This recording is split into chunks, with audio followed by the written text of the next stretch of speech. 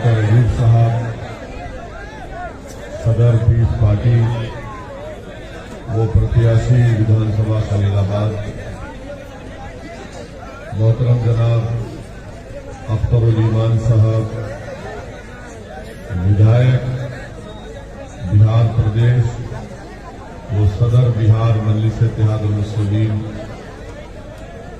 मोहतरम जनाब शौकत अली साहब, सदर मजलिस इत्तेहादुल मुस्लिमीन उत्तर प्रदेश, और उत्तरला विधानसभा के मजलिस इत्तेहादुल मुस्लिमीन के प्रत्याशी मेरे भाई डॉक्टर अब्दुल मन्नान साहब, रियासत महाराष्ट्र से तशरीफ लाए साबिका मजलिसी सदर मोहतरम जनाब सैयद मोइन साहब,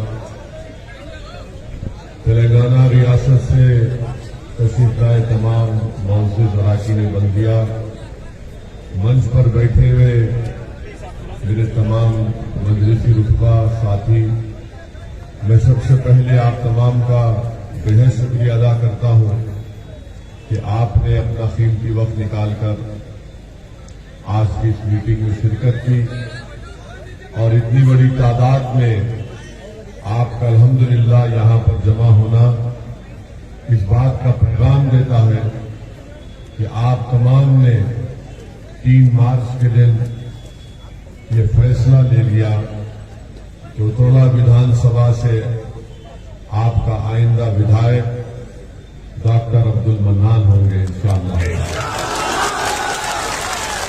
मेरे अजीज दोस्तों और बुजुर्गों, मैं शुक्रगुजार हूं डॉक्टर अयूब साहब का कि उन्होंने अपना कीमती वक्त निकालकर और इस बात को उन्होंने महसूस किया कि आज वक्त के हालात का तकाजा यह है कि हम सबको अपने अख्तिलाफात जो है उसको बाजू रखकर मिलकर दिल और सोच को मिलाकर हमको फिरका परस्ती, मुफाद परस्ती और उन ताकतों से मुकाबला करना है जो हमको अपना हमारा जायज मुकाम नहीं दिलाना चाहते हैं।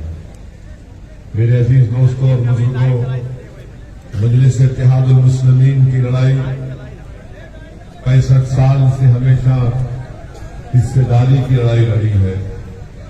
मजलिस इत्तेहादुल मुस्लिमीन हमेशा भारत की लोकतंत्र में, भारत की जमहूरियत में संविधान के आईन के दायरे में रहकर हम मजलूमों की, कुचलों की, अति पिछड़ा समाज की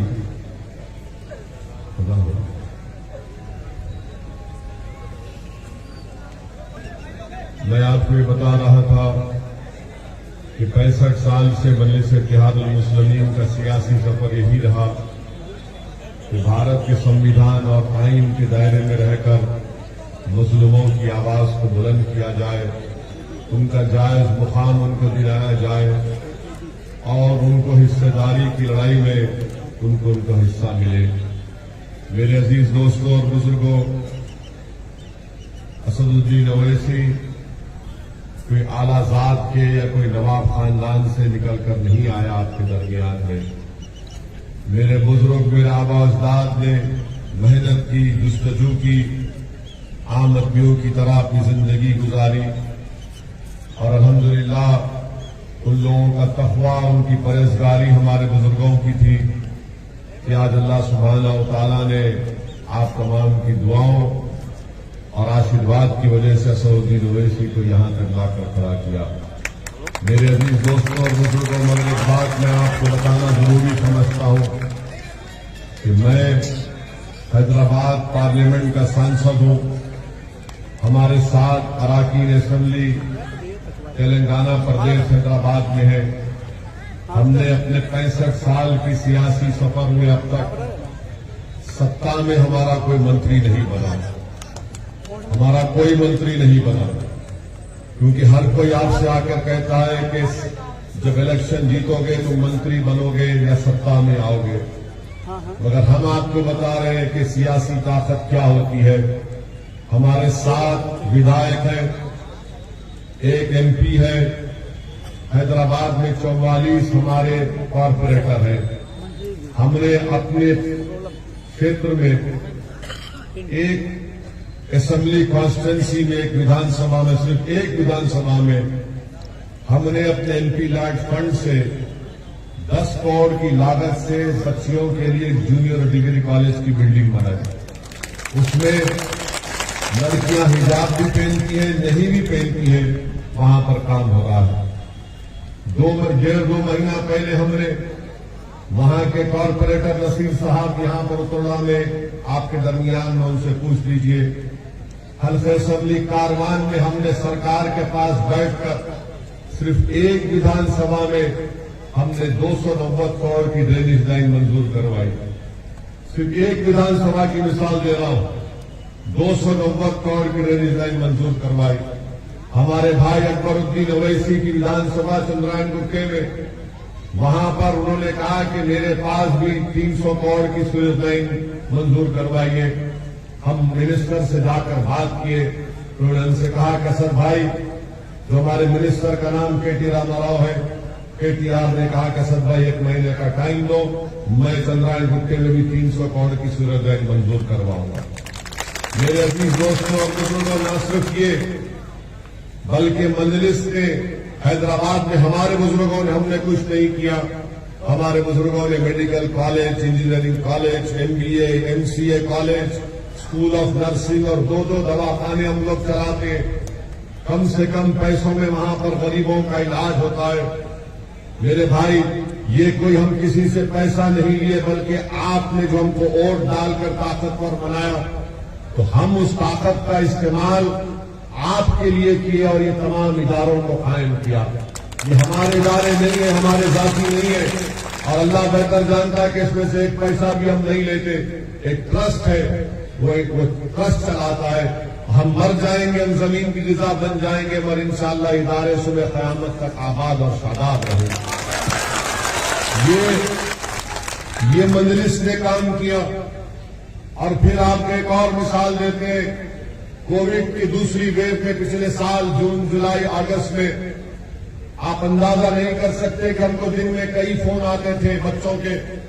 वो जो बच्चे जोमेटो में काम करते, खाना कोई फोन पे ऑर्डर किया, तो एक लड़के ने हमको फोन किया कि सर साहब, हमारी मोटरसाइकिल के ऊपर 10,000 का पुलिस का ट्रैफिक का चालान है और हम जोमेटो में काम करते हैं। मैं दिन में 100 रुपये नहीं कमाता हूं, 10,000 कहां से दूंगा।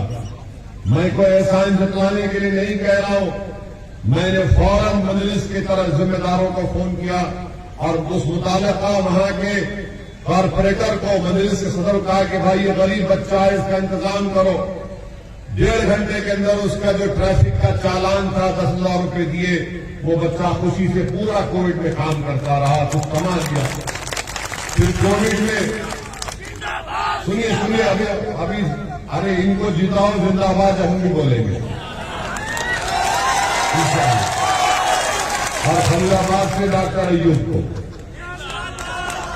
दूसरी बात यह कि कोविड की महामारी में आपको मिसाल दे रहे, उत्तर प्रदेश में भी आपने देखा कि पानी के ऊपर लाशें गिर रही थी। नदी के किनारे कुत्ते किसी के बाप और मां की लाश को कुत्ते लोच कर खा रहे थे। उत्तर प्रदेश में गरीब को ऑक्सीजन नहीं मिला, अस्पताल मिला तो बेड नहीं मिला, बेड मिला तो दवाई नहीं मिली। वैसे थे एमपी, हमने क्या किया, हमने हमारे क्षेत्र में 800 ऑक्सीजन सिलेंडर हमने फ्री में जनता में दिए।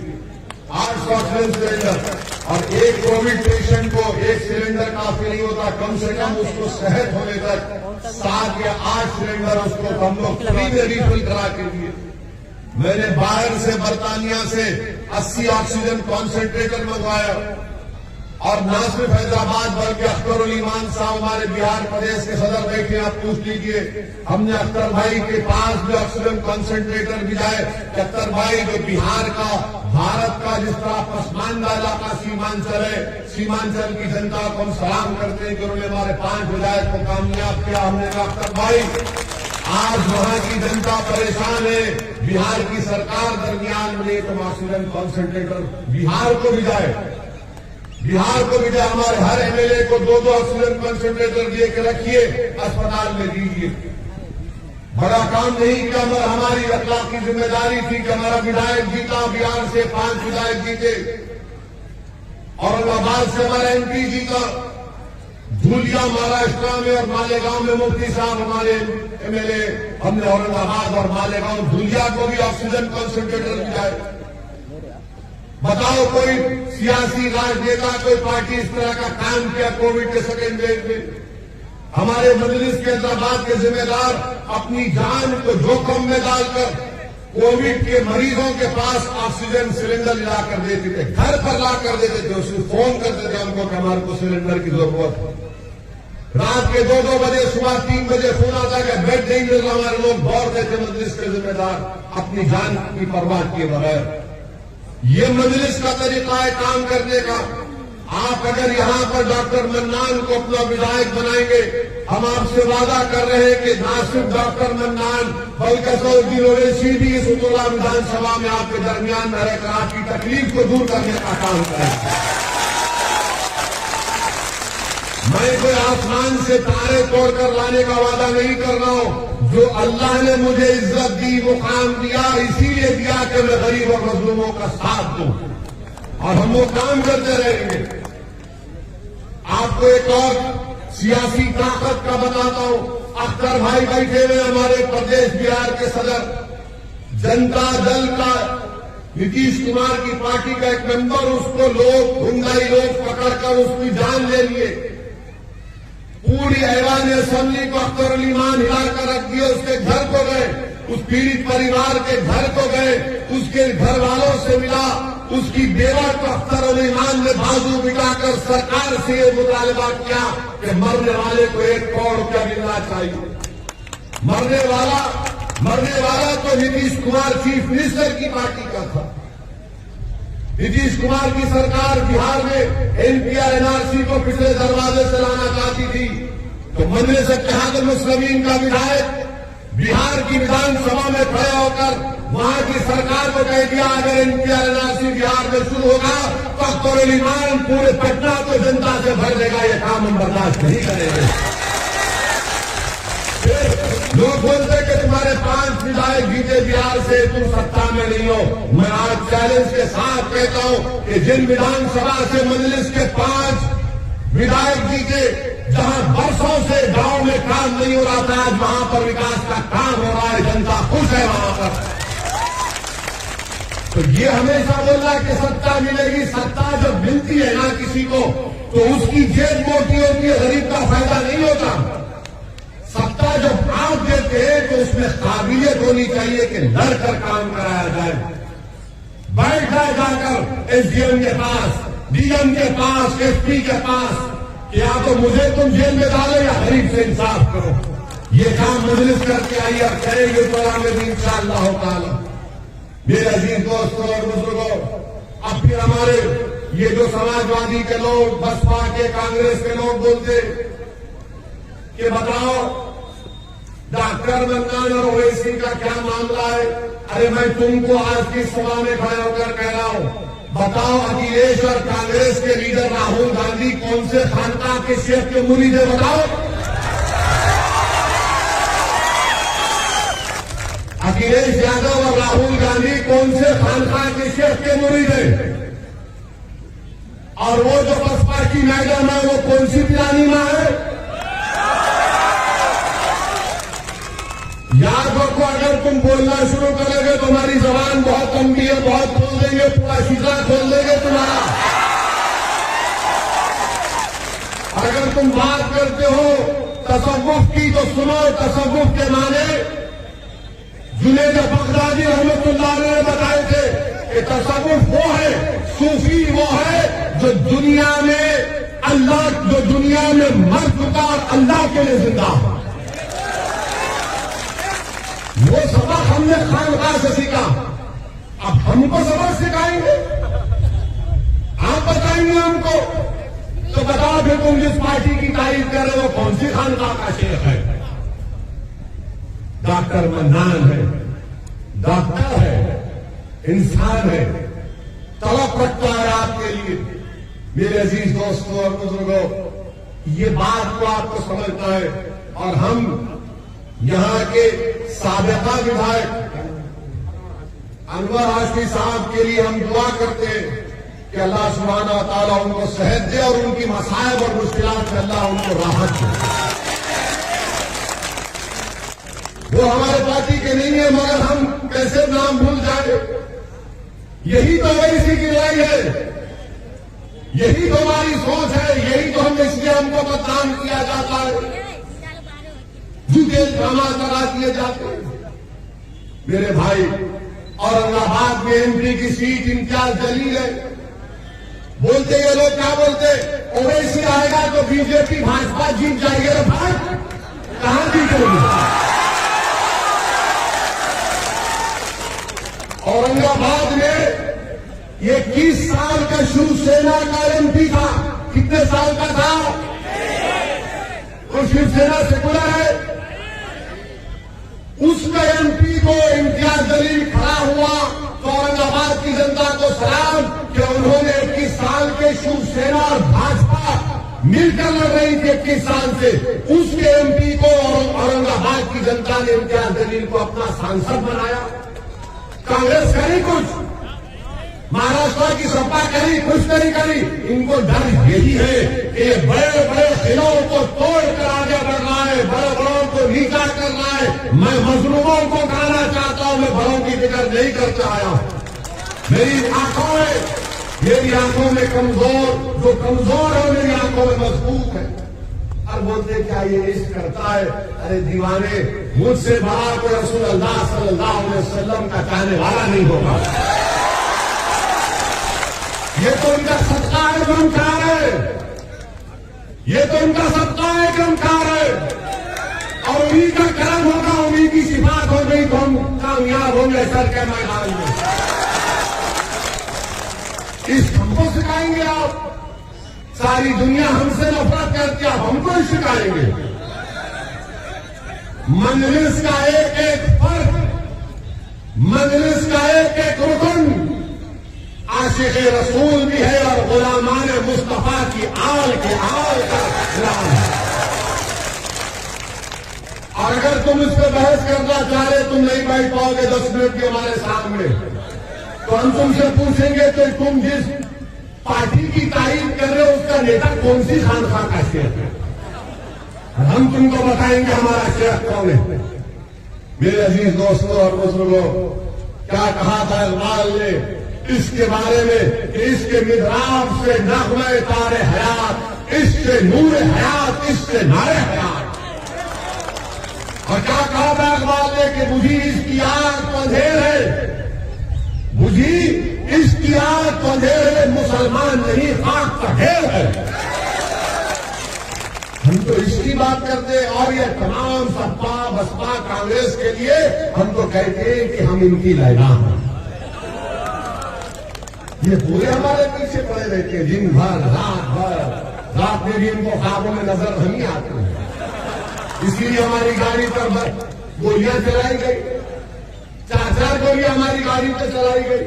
तो हमको एक सपा वाले ने फोन करके कहा कि आपकी गाड़ी पे नीचे लगी गोली। मैंने कहा बेटा एक काम करना, तुम्हारे भैया को बुलाना, गाड़ी में बिठाते हैं और 4 राउंड नीचे मारते हैं, अगर वो पेशाब ना कर दे तो हमको बोलना। हमारी गाड़ी पर 4 गोलियां चली आपके दुआओं से। रसूलुल्लाह सल्लल्लाहु अलैहि वसल्लम के सदक़े तुफैल में, अहले बैत के सदक़े तुफैल में, अहले दिल की दुआओं की वजह से अल्लाह ने हमको महफूज रखा। और हम 24 घंटे के अंदर पार्लियामेंट में जाकर तकरीर भी किए। अगर किसी की गोली पर गाड़ी पर 2 पत्थर पड़ जाते तो घर से नहीं निकलता 4-4 दिन।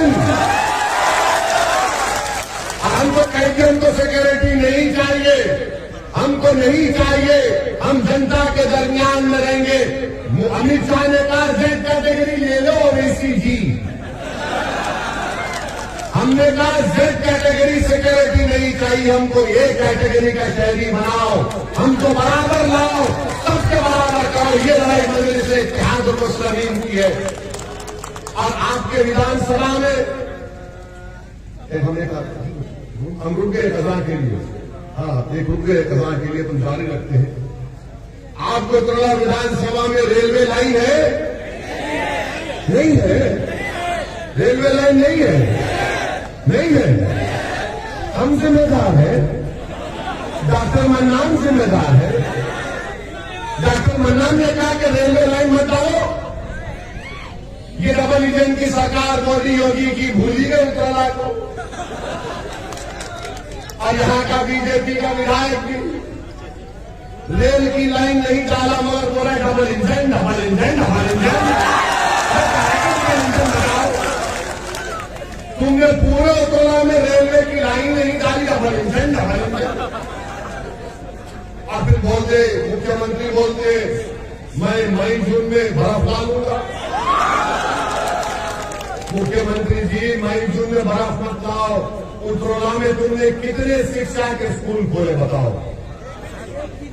तुम जनवरी में गर्मी की बात मत करो, तुम बताओ कितने उत्तराला में अस्पताल है? कुछ भी नहीं है, नहीं है। कितने लोग नहीं हाथ उठारे बताओ? अब इसका इलाज करेंगे? इसका इलाज कैसे करेंगे? इलाज डॉक्टर ही करेगा ना, योगी तो नहीं करेगा, अखिलेश तो नहीं करेगा, और राहुल तो भाग के वहां चला गया, वो भी नहीं करेगा। तो कौन करेगा? डॉक्टर मन्नान करेगा इंशाअल्लाह। हम आपसे यही बता गया है कि डॉक्टर मन्नान साहब को, डॉक्टर मन्नान साहब का निशान पतंग का है, पतंग के निशान पर बटन दबाइए और डॉक्टर मन्नान को अपने वोटों से कामयाब करिए, नेता बनाइए। नेता बनाने की लड़ाई लड़ रहे हैं हम लोग, हिस्सेदारी की लड़ाई लड़ रहे हैं। भागीदारी परिवर्तन मोर्चा बाबू सिंह कुशवाहा को मुख्यमंत्री बनाने की लड़ाई लड़ रहा है। हमने तय किया कि अगर उत्तर प्रदेश की जनता और उत्तराला की जनता आप यहां से मजलिस को और भागीदारी परिवर्तन मोर्चा को कामयाब करेगी, तो हो सकता है कि 3 डिप्टी सीएम बनाए जाएंगे। एक अल्पसंख्यक समाज का मुसलमान, एक किसान समाज से और एक किसान समाज से। अगर डॉक्टर मन्नान यहां से विधायक बनेगा और भागीदारी परिवर्तन मोर्चा को सत्ता मिलेगी, तो विधायक के साथ डिप्टी सीएम भी बनेगा इंशाअल्लाह। हम कह रहे हैं आपसे, मगर आपको फैसला लेना है, आपको बहादुरी से फैसला लेना है। ये आकर बोलेंगे वो बीजेपी आएगी, बीजेपी आएगी। अरे भाई, तुम्हें बीजेपी 2019 में आपने बीजेपी को वोट दिया था पार्लियामेंट में, कितनों ने नहीं दिया था? अब हम भी जिम्मेदार है उसको। ये आकर बोलते हैं शैतान जब कान में खुश करता है ना, अब हमारे जाने के बाद ये इब्लीस की औलाद बहुत बोलेगी, अरे देखो बीजेपी बीजेपी। अरे बीजेपी का वजीफा तू इतना क्यों करता, तो समझ नहीं आता। मेरे अजीज दोस्तों और बुजुर्गों, आपसे मदद गुजारिश कर रहे कि आप इनकी बातों में मत आइए। 5 साल के लिए हमको मौका दीजिए, सिर्फ 5 साल के लिए हमको मौका दीजिए। उत्तराला में हम ऐसा विकास, ऐसी तब्दीली लाएंगे इंशाअल्लाह ताला कि आप भी कहेंगे कि हमारे फैसले पर आपने जो फैसला लिया वो इसमें उसकी पार्टी ने हमको शर्मिंदा नहीं किया। तो आपसे गुजारिश करने आए हैं कि आप 3 मार्च के दिन पूरे एतमाद के साथ निकलिए, और हम आपसे वादा कर रहे हैं, ये मोदी सुत्ता सांड का, आवारा पशुओं का मसला नहीं कर सकेंगे। मोदी और योगी नहीं कर पाएंगे। मेरे अजीज दोस्तों और बुजुर्गों, बहुत से मसाइल हैं आपकी विधानसभा में, तकलीफ है। हम आपसे सिर्फ यही इल्तिजा करने आए हैं कि 3 मार्च को आप डॉक्टर मन्नान को वोट देकर कामयाब करिए, और आपसे अपील कर रहे हैं कि आप डरिए मत, डरिए मत। आप डरेंगे? डरेंगे आपको? ऐसा ही बोल रहे हैं, पूरे एतमाद के साथ बोल रहे हैं, डरिए मत। अब हमारे भाषण के बाद क्या बोलेंगे मालूम आपको? अरे उधर का वोटर बीजेपी में जा रहा है, फिर जब मतदान का दिन आएगा अफवाह फैलाएंगे। इसकी इब्लीस की औलाद है ना ये लोग, कुछ करते हैं। तो जब आकर वो बोलेगा तो बोल रहा है पोस्ट और कहां जाता, जाने से मेरा वोट तो डॉक्टर मन्नान के लिए। और जब डर कभी दिल में पैदा होगा तो उस कर्नाटका की बच्ची ने हम तमाम को जिंदगी का एक हौसला और अज़म सिखाया कि जब शैतान वसवसे पैदा करता है तो उस बच्ची ने कहा कि जब मुझे बलवाइयों ने घेर लिया था तो मुझे डर लगा तो मैंने नारा लगाया। क्या नारा लगाया था उसको? जोर से लगाओ, दम के लगाओ, झूम के लगाओ, इसमें झूम के लगाओ। अब भाग गया इब्लीस के हाथ से। बोलेगा ये तो अजीब बात कर दिया है, मगर मेरा ये भड़काऊ भाषण जो आज का हुआ है, आपसे विनती करते हैं इसको नौजवानों से खास तौर से जरा इसको फैलाओ। व्हाट्सएप वो फेसबुक भी है, फसाद बुक भी है, उस पर भी डालो, इंस्टाग्राम भी है, सब पे फैलाओ ताकि उत्तरा की जनता को मालूम हो जाए कि दीवाना आया था जो हमारी दिल की बात किया, जो हमारी सिधारी की बात किया और उत्तरा विधानसभा के विकास की बात किया। आप तमाम का बेहद शुक्रिया कि आपने अपना कीमती वक्त निकालकर आज के इस मीटिंग में शिरकत की। हमको डुमरियागंज भी जाना है और 4 जगह जाना है, मगर आते रहेंगे।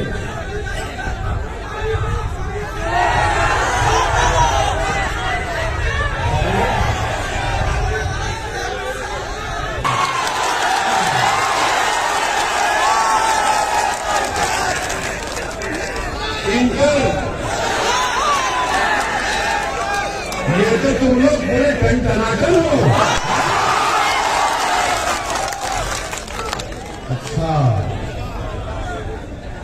अच्छा तुमको ये भी करना पड़ रहा है, ठीक है।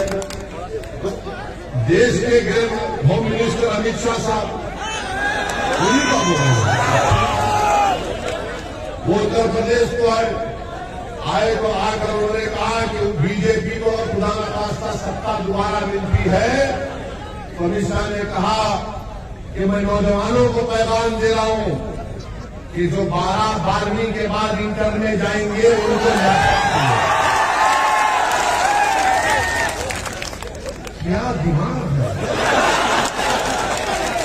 अरे क्या दिमाग है शाह साहब, वाकई में शाह है। मोदी जी ने भी ऐसे लोगों को पाला है। पशु को छोड़िए खेत में और शाह को बोले 12th के बाद इंटर। मगर मोदी जी कहते हैं कि सियासी जिंदगी में हंसी मजाक होना चाहिए। मन की बात में कहा था तो हमको उसी पर एक चीज याद आ गई कि मोदी जी सऊदी अरब गए थे। सऊदी अरब गए तो वहां पर सऊदियों ने उनको तोप दिखाई तो मोदी जी बड़ी गहराई से उसका मुताला किए, घूम के देखे, कहना तो यूं किए और देखकर उस सऊदी शेर से बोले कितना दूर तक फेंकी। वो शेर बोला वल्लाही तुमसे कम फेंकी। 15 लाख नहीं आए, 2 करोड़ नौकरियां नहीं आए। अब कह रहे 10 मार्च के बाद मैं चुट्टा सांग का मसला हल करूंगा। मोदी जी गरीब परेशान है, सब परेशान है, मगर उत्तरा की विधानसभा की तरक्की के लिए असदुद्दीन ओवैसी, अमित शाह, नरेंद्र मोदी, ये सबको बाजू रखिए। आपका फैसला, ये विधानसभा आपकी है, इन बच्चों का मुस्तकबिल आपका है। 5 साल के बाद जब ये बच्चे बड़े हो जाएंगे ये आपसे सवाल करेंगे, बताओ आपने हमारे विधानसभा में शिक्षा का इंतजाम क्यों नहीं किया, अस्पताल क्यों नहीं आई, रेलवे की लाइन क्यों नहीं आई, यहाँ के रोड पानी का इंतजाम क्यों नहीं किया। हमारा नेता कौन है, हम किसका हाथ पकड़ कर रोएंगे, कौन हमारी सरपरस्ती करेगा, कौन हमारी रहबरी करेगा। मेरे भाई इस पर आपको वोट देना है। डॉक्टर मन्नान एक बेहतरीन आदमी है, मैं इनको करीब से जानता हूं। ये आदमी आपके लिए तड़पता है, याद रखिए, इसके दिल में आपकी तड़प है और ऐसे तड़पने वाले को आप अपने वोट से इनको कामयाब कर दिए। और मैं आपसे अपील कर रहा हूं कि हमारे लिए दुआ करिए कि अल्लाह जब तक हमको जिंदा रखे, अल्लाह हमारी जुबान से सच्चाई और हक को बयान करने का अल्लाह हमको